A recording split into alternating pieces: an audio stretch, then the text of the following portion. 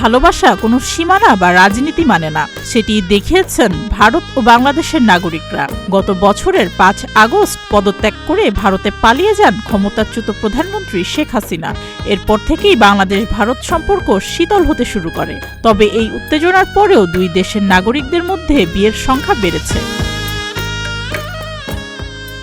২০২৪ সালে বাংলাদেশি ও ভারতীয়দের মধ্যে বিয়ের পরিমাণ আগের বছরের তুলনায় দ্বিগুণ হয়েছে। ভারতীয় সংবাদ মাধ্যম টাইমস অফ ইন্ডিয়া এক প্রতিবেদনে এ তথ্য জানিয়েছে।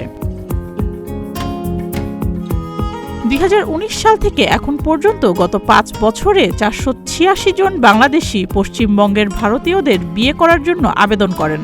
এর মধ্যে সর্বশেষ ২০২৪ সালের জানুয়ারি থেকে ২০ ডিসেম্বর পর্যন্ত ১০০ জন বাংলাদেশি নারী ভারতীয়দের বিয়ে করার অনুমতি চেয়ে আবেদন করেন।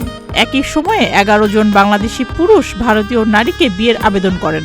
গত ৫ বছরের মধ্যে ২০২৪ সালেই বাংলাদেশি ভারতীয়দের মধ্যে সবচেয়ে বেশি বিয়ের নিবন্ধন হয়। তবে যেসব বাংলাদেশি ভারতীয়দের বিয়ে করেছেন তাদের মধ্যে কতজন ভারতে বসবাস করবেন তা এখনো জানা যায়নি।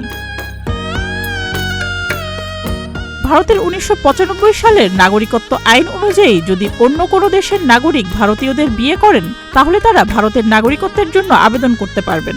এছাড়া যদি কোনো শিশুর বাবা অথবা মা ভারতীয় হন তাহলে ওই শিশুও ভারতের নাগরিকত্ব পাবে। গত ৫ বছরে পশ্চিমবঙ্গে ৪১০ জন বাংলাদেশি নারী ভারতীয় পুরুষকে বিয়ে করেছেন। অন্যদিকে ৭৬ জন বাংলাদেশি পুরুষ ভারতীয় নারীকে বিয়ে করেছেন। পশ্চিমবঙ্গের উচ্চপদস্থ কর্মকর্তারা বাংলাদেশ থেকে বিয়ের আবেদন হঠাৎ বৃদ্ধির দুটি কারণ উল্লেখ করেছেন। প্রথমত, এই ধরনের বিয়েতে ভারতীয় নাগরিকত্বের জন্য আবেদন করা সহজ হয়। দ্বিতীয়ত, পশ্চিমবঙ্গ সরকারের ২০২৩ সালের অক্টোবরে একটি নিয়ম পরিবর্তনের ফলে বিদেশিদের ভারতীয়দেরকে বিয়ে করাও সহজ হয়েছে। সুস্মিতা, প্রতিদিনের বাংলাদেশ।